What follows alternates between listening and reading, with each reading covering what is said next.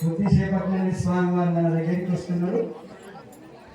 భజన పనులు మాత్రం దూరం నుండి నామం చెప్తారు, ఎవరు లేవకండి. స్వామి వారు వచ్చినప్పుడు మాత్రం మీకు ఒక సూచన చేస్తున్నాం. మీరు ఏమనుకుంటున్నా ఎవరంతా జరగండి అని మనం అనిపించుకోకూడదు. పోలీసు వాళ్ళు కార్యకర్తలు కానీ ఆధ్యాత్మిక సభలకు వచ్చినప్పుడు సూచన ప్రకారంగా స్వామి వారు ఇక్కడికి వచ్చినట్టు పక్కకు దొరుకుకోవాలి.